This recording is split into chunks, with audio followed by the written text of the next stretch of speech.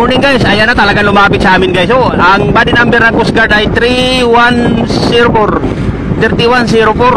Talaga nagwawangwang guys, oh, winangwangan pa kami. Talagang pinalis kami, oh. Napakawalang hiya itong mga to. Kung may ano lang kami guys, kung may panlaban lang kami, lalaban kami dito eh. Ang kakapal ang mga pagmumukha nito mga animal na to. Hindi naman sa kanila to. Medyo malapit kasi ito guys sa Baho ni Masinloc. 10 nautical miles lang ito. Kaya bawal kami lumapit doon. Inaharang nila lahat ng mga bangka. Bawal na kami lumapit doon sa Baho ni Masinloc.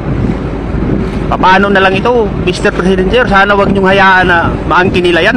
Maangkin nila ang Baho ni Masinloc dahil malaking tulong sa aming mangingisda eh. Mangingisda yung Baho ni Masinloc, lalo na sa mga buwan ng December, January, February.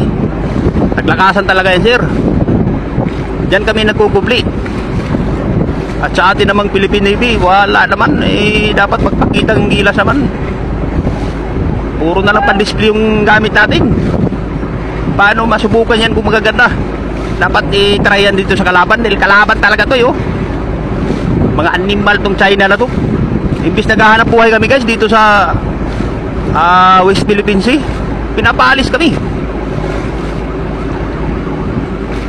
Body number 3140 yan. Talagang lumapit sa amin guys yo. Talagang binubuntutan kami palayo. Hayop na mga China ito. Dapat lahat ng insect dyan sa Pilipinas dapat palayasin na rin. Wala man itong mga to. Ati naman tong area na ito. Dito naman sa atin tong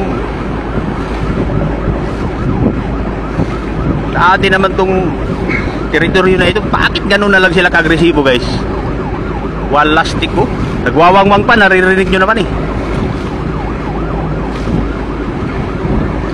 Maksyo naman ang ating Philippine Navy para pagpakitang gilas. Kung talagang magaganda ang gamit, kung talagang tumatama ba sa kalaban, ito kalaban natin to yo. Hayop na mga chikwa na ito.